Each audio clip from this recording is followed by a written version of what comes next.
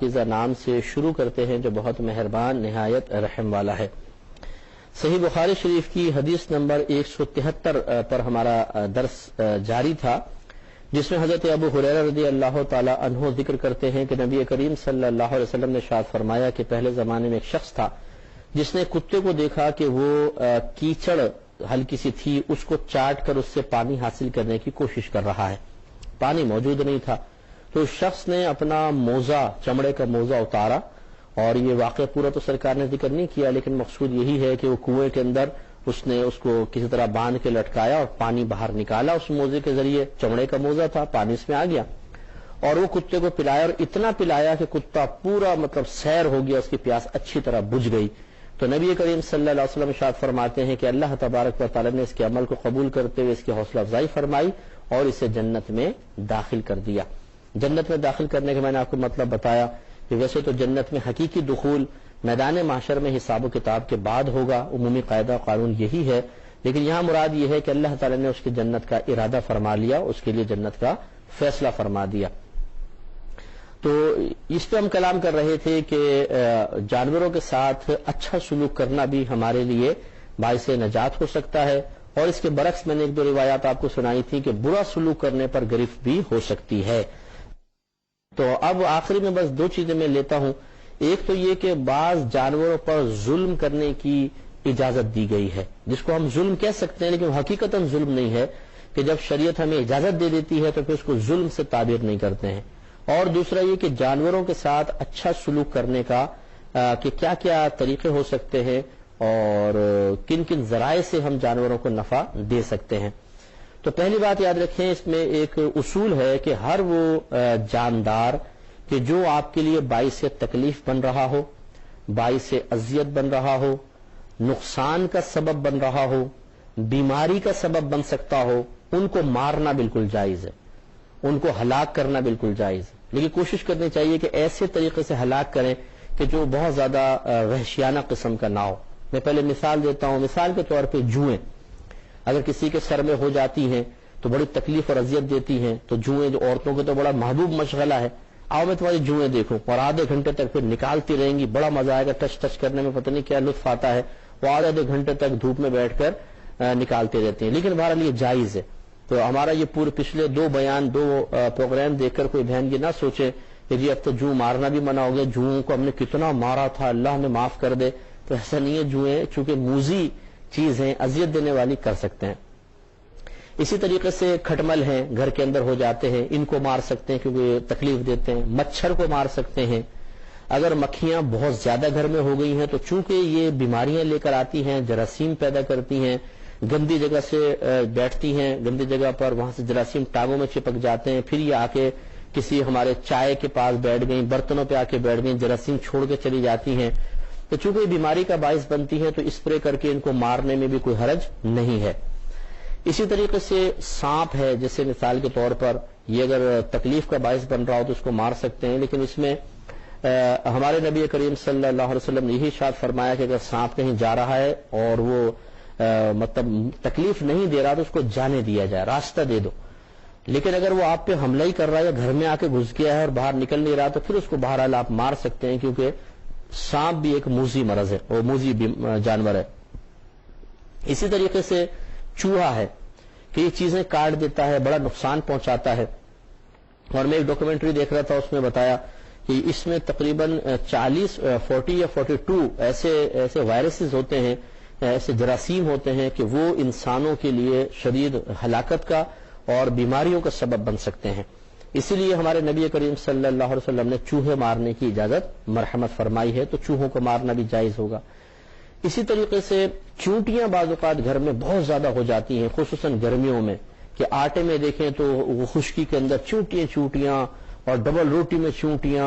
اور کیونکہ وہ غذا جمع کرتی ہیں اپنے سردیوں کے لیے تو وہ کثرت کے ساتھ آتی ہیں اور ہمارے لیے بہرحال بہت نقصان کا سبب بن جاتی ہیں۔ چینی خراب ہو گئی، فلاں چیز خراب ہو گئی، فلاں چیز خراب، کیک پڑا ہے، کیک میں چپڑ گئی۔ ویسے تو اب فریج کا دور ہے، لیکن پھر بھی بہرحال بہت سی چیزیں باہر رکھی جاتی ہیں اور ان میں نقصان پہنچاتی ہیں۔ تو اگر ایسا ہے کہ اتنی کثرت کے ساتھ چیونٹیاں ہو گئی ہیں، جیسے بعض اوقات یہ کپڑوں کے اندر گھس جاتی ہیں، آپ نے کپڑے سکھائے ہیں، اس کی ٹھنڈک حاصل کرنے دھوپ ٹائٹ ہوتی ہے تو اندر گھس جاتی ہیں، اب وہ کپڑے پہنے تو اتنے موٹے موٹے بعض اوقات کاٹ لیتی ہیں اور دانے ہو جاتے ہیں، اور بڑی مرچیں لگتی ہیں، اسے کھجاتا ہے انسان اور موٹے موٹے دانے ہو جاتے ہیں. تو یہ بڑی خطرناک قسم کی ایسی چونٹیاں ہوتی ہیں. تو ان کو مارنے کے لیے بعض لوگ کوپیکس وغیرہ ایسی کچھ چیزیں ہوتی ہیں جو چھڑک دیتے ہیں، یا پھر مطلب یہ ہلدی ڈال دیتے ہیں.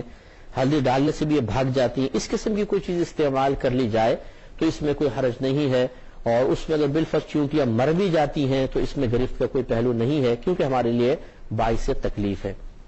چھپکلی کے بارے میں خود نبی کریم صلی اللہ علیہ وسلم نے اجازت مرحمت فرمائی، بلکہ آپ نے شاید فرمایا کہ جس نے چھپکلی یا گرگٹ کو ایک وار میں مارا اس کے لیے 100 نیکیاں ہیں. جو کم وار میں اس سے کم میں یعنی زیادہ وار میں مارے اس کے لیے اس سے کم نیکیاں، جو اس سے زیادہ میں مارے گا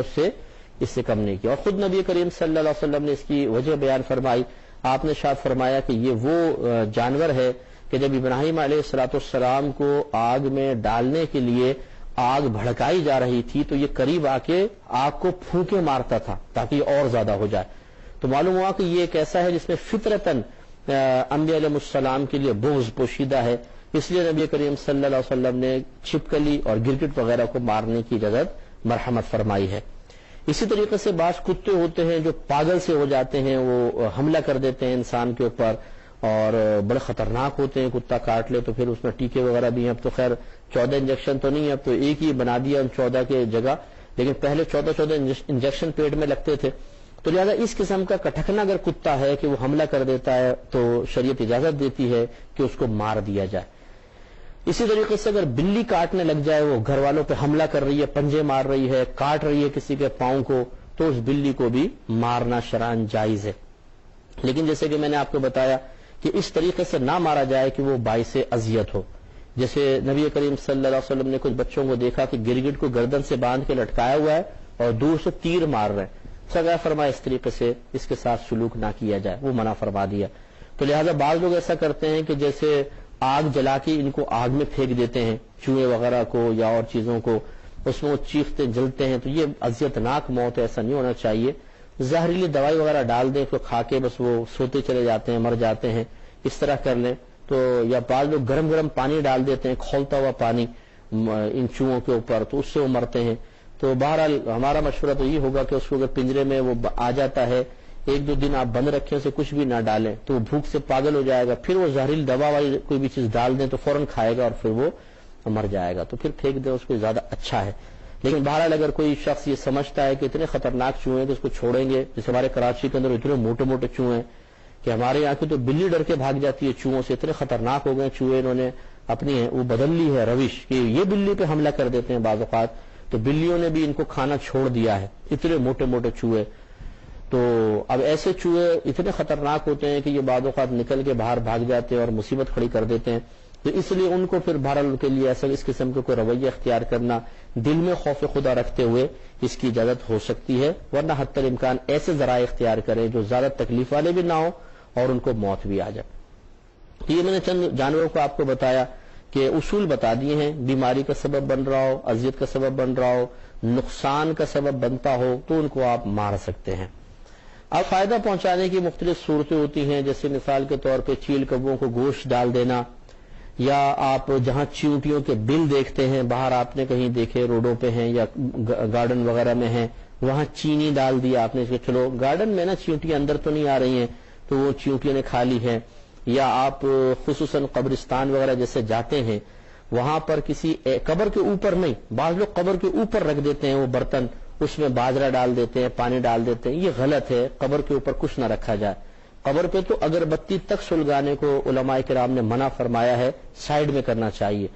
تو کہیں سائیڈ میں ایسی جگہ آپ دیکھ لیں کہ جہاں پہ آپ اس طرح 2 تھال رکھ دیں، ایک میں باجرہ دانہ وغیرہ ڈال دیں، دوسرے میں پانی ڈال دیں. چڑیاں آئیں گی کھائیں گی، کبوتر آئیں گے کھائیں گے، اور قصد و ارادہ یہ کر لیں کہ اس پر جو بھی مجھے ثواب ملے گا میں اس قبرستان کے تمام مسلمان بھائیوں اور بہنوں کو ایصال کر دیتا ہوں. تو انشاءاللہ آپ کے لیے ایک اچھا عمل ہے، ثواب ملے گا. ایسے لوگ مکے مدینے جاتے ہیں، وہاں جانوروں کو گندم ڈال دیتے ہیں، دانے ڈالتے ہیں. روڈوں پہ بھی ہم نے کراچی میں دیکھا ہے کہ فٹ پاتھوں پہ بعض لوگ اہتمام کرتے ہیں، دانے وغیرہ ڈالتے ہیں. کبوتروں کو بھی عادت ہو جاتی ہے کہ اس مقام کی وہ ادھر آ کے دانہ وغیرہ کھا لیتے ہیں. یہ اچھی چیزیں ہیں. ایسی اگر آپ گھر میں بالفرض اس میں اصول بنیادی یہ ہوتا ہے، چاہے اس کو پنجرے میں رکھے چاہے نہ رکھے، لیکن بنیادی اصول یہ ہے کہ ایسا جانور گھر میں پال سکتے ہیں جو قید کو سہ سکتا ہو، قید میں رہ سکتا ہو، پنجرے کی زندگی سے متنفر نہ ہو، وحشت اس کو پیدا نہ ہو، انسانوں سے مانوس ہو، ایسا جانور رکھ سکتے ہیں۔ لہذا اگر آپ نے ایسا جانور پال لیا کہ وہ انسانوں سے مانوس نہیں، بھڑکتا ہے، گھبراتا ہے بہت زیادہ، یا پنجرے کی قید برداشت ہی نہیں کرتا ہے، جیسے ہمارے یہاں کے کوے ہیں کہ اگر آپ پنجرے میں ڈال دیں وہ اڑ کے مر جائے گا لیکن وہ برداشت نہیں کرے گا،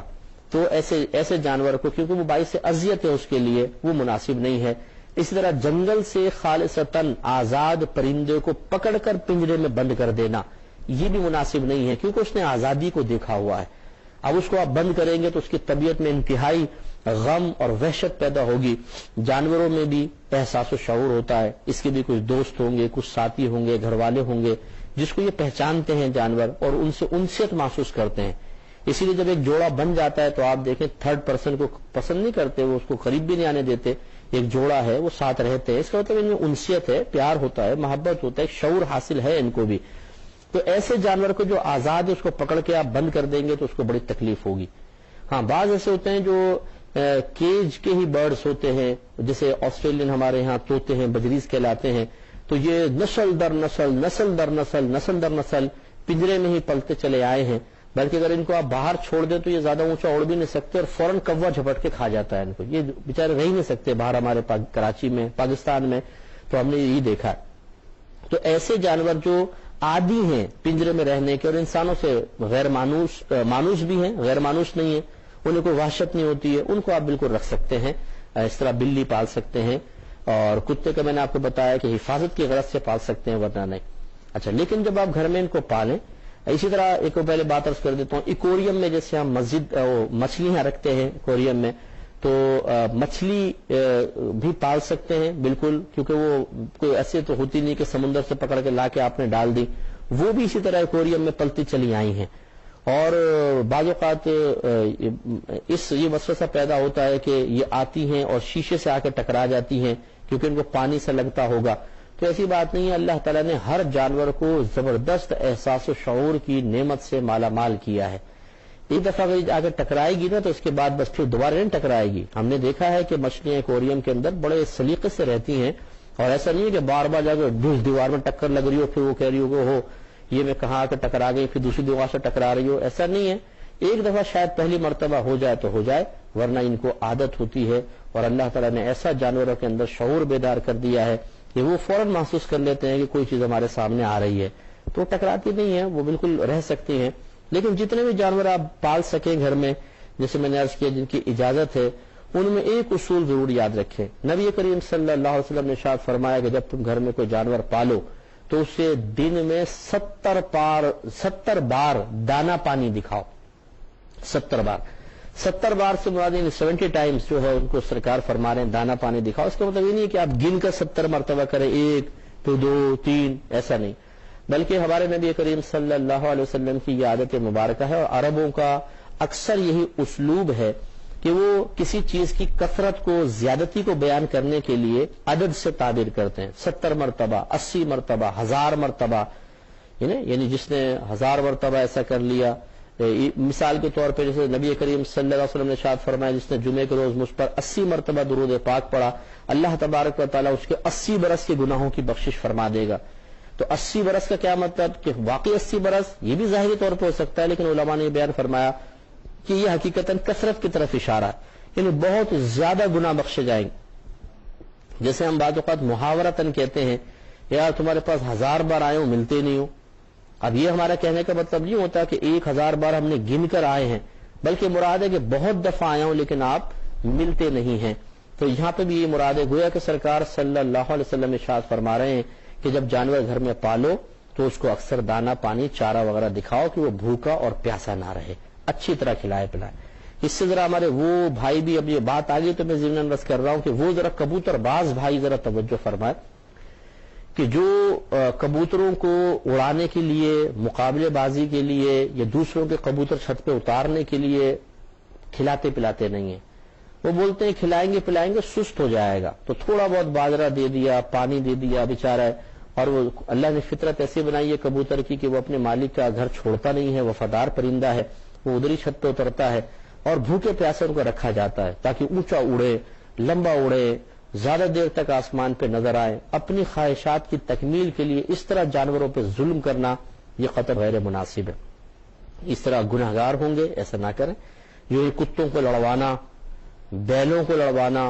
اونٹوں کو لڑوانا، یا ہمارے ریچھ اور کتوں کی جنگ کروانا، یہ یاد رکھیں سخت گناہ ہے، سخت حرام ہے، اور اس کا تماشا دیکھنا بھی گناہ ہے، بالکل نہیں دیکھنا چاہیے، اور نہ ایسا کریں۔ اور جو یہ چند ٹکے کمانے کے لیے، تھوڑا سا پیسہ کمانے کے لیے اپنے شوق کی تکمیل کی خاطر اس طرح کر رہے ہیں، ان کو ذرا اللہ سے ڈرنا چاہیے۔ ان کے ساتھ ہونا ہی چاہیے، اگر حکومت ہو، اسلامی حکومت، کہ ان کو ایک اکھاڑے میں چھوڑ دیں پہلوان کے ساتھ، بولو لڑو، اور پہلوان کو مار کے ان کا بھرکس نکالے، اگر بلڈ وغیرہ نکلے، خون نکلے، ہڈی ٹوٹے، تو پھر احساس ہوگا کہ ٹکرانے سے، لڑنے سے کیا ہوتا ہے، تو پھر ان کو تھوڑا جانوروں کی تکلیف کا بھی احساس ہو جائے۔ لیکن بہرحال ایسا ہوگا نہیں، اور لیکن خود ہی احساس کرنا چاہیے۔